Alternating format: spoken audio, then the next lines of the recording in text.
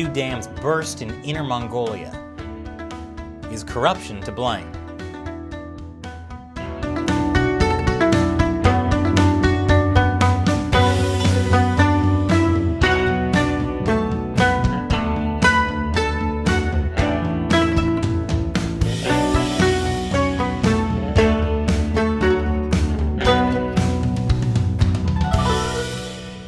Welcome to China Uncensored. I'm Chris Chappell.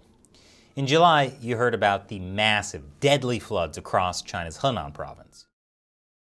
And last Wednesday, I showed you how the Chinese Communist Party put the blame where it really belonged, on foreigners.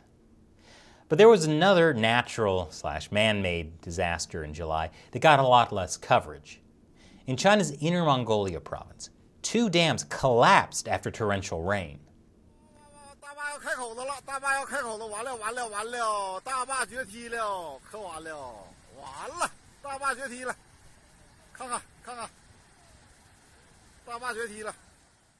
Yes, we see it. It's kind of hard to miss. The two dams that broke are called the Yong'an Reservoir and the Xinfa Reservoir. They're both in the prefecture of Inner Mongolia called Hulunbuir.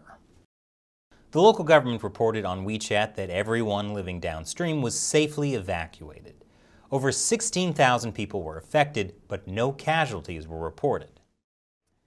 Thank goodness no one died, according to government officials who would otherwise be held responsible.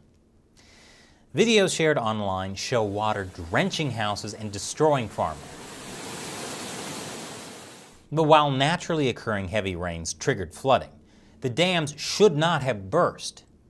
The Xinfa Reservoir and Yong'an Reservoir were reportedly reinforced in November 2016. But anyone familiar with Chinese tofu dreg construction knows that sometimes maintenance projects are not done up to standard because corrupt people cut corners to skim money. And anyone familiar with Chinese inspections knows that sometimes the inspectors can be bribed to look the other way. One official addressed this by saying, "Most of China's dams are managed by authorities at the grassroots level who are sometimes incapable of handling the maintenance work." Right, incapable is the word. And on top of that, some of the dams in China are just really old. The same Chinese officials said more than 80% of the dams in China were built from the 1950s to 1970s, and many of them have exceeded their design service life. Why not just fix or replace them? Well, according to China's Deputy Water Resources Minister, a lack of financial resources means that nearly a third of the total number have not had mandatory safety appraisals completed. You see, the Chinese government wants to keep its citizens safe, but they just don't have enough money to repair all the dams, after loaning out hundreds of billions of dollars to build infrastructure in other countries. Now that's a damn shame. And now it's time for me to answer a question from one of you, a fan who supports China Uncensored by contributing through the crowdfunding website Patreon. That Jason down the road asks, question, if CCP officials for some reason took responsibility for anything bad that happened to China, would their heads spontaneously combust due to violating their extreme doublethink? Well, that's a great question. Not about their heads exploding, but about taking responsibility. Fortunately, Uncle Bill, who also is a Patreon supporter, seems to have answered your question.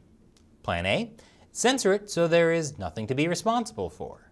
Plan B, blame foreign powers and stoke nationalism. Plan C, blame a group of citizens and crush dissent. Plan D, blame local government and save face. As you see with so many plans, there is never a reason to take responsibility. That's a good answer. In 7 decades of ruling China, the Chinese Communist Party has never taken responsibility. As you saw in this episode, one government official chose Plan D and blamed local officials for being incapable of handling the repair work.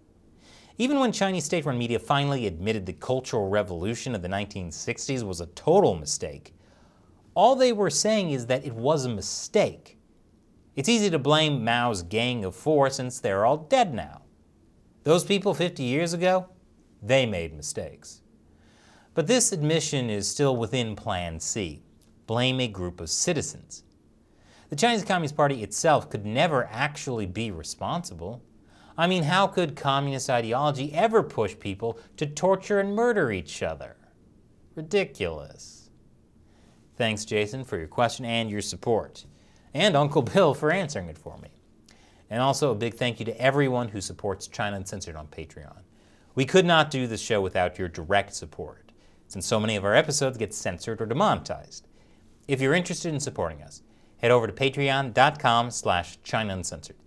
You'll get a bunch of cool perks, including the chance to have me answer your questions on the show. Once again, I'm Chris Chappell. See you next time.